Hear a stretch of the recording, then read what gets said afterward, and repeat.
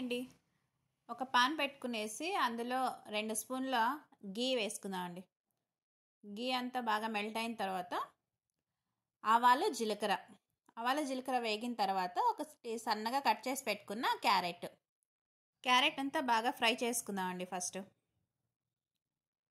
చూడండి, ఇలా అంతా బాగా మగ్గింది కదా క్యారెట్.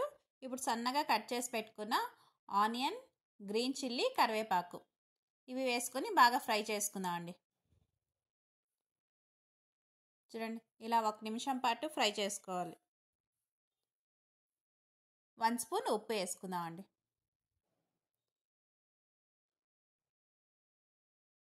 ఈ ఆనియన్ అంతా బాగా మగ్గింది కదా. ఇప్పుడు ఒక 1/2 స్పూన్ పసుపు, 1/2 స్పూన్ ధనియా powder, 1 spoon red chilli powder, కొద్దిగా గరం మసాలా ఇదంతా వేసుకొని ఒకసారి బాగా ఫ్రై చేసుకుందామండి. చూడండి, ఇలా ఫ్రై అయింది కదా. ఇప్పుడు ఒక 3 ఎగ్స్ తీసుకున్నాను. ఆ 3 ఎగ్స్ వేసుకుందామంట. ఇలా 3 ఎగ్స్ వేసుకొని బాగా ఫ్రై చేసుకుందామండి. ఎగ్స్ అంతా కొద్దిగా కొత్తిమీర. బ్రెడ్తో ఎప్పుడు bread omelette, bread toast, garlic bread అదే కాకుండా ఇలా ఉప్మా కూడా చేసుకోవచ్చండి. బ్రెడ్ ఉప్మా, ఎగ్ బాగుంటుందండి కాంబినేషన్. ఇప్పుడు సన్నగా కట్ చేసి పెట్టుకున్న బ్రెడ్ ఇదంతా వేసుకొని ఆ ఎగ్ బ్రెడ్ అంతా మిక్స్ అయ్యేలాగా ఒకసారి బాగా ఫ్రై చేసుకుందామండి.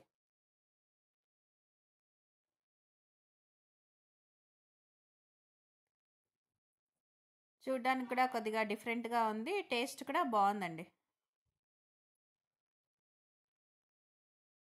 ఇలా అంతా ఒకసారి బాగా ఫ్రై చేసుకునేస్తే మనకి ఎగ్ బ్రెడ్ ఉప్మా అయితే రెడీ అయిపోతుందండి.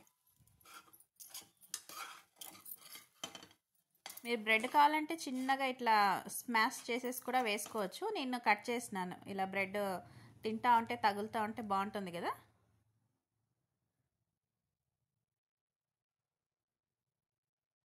చూడండి, అంత బాగా మిక్స్ అయిపోయింది కదా బ్రెడ్ ఎగ్. ఇప్పుడు ఒక సర్వింగ్ ప్లేట్లో తీసుకుందామండి. ఇంతే అండి, సింపుల్గా ఎగ్ బ్రెడ్ ఉప్మా అయితే చేసుకోవచ్చండి.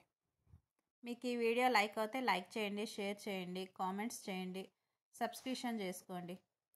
Thank you.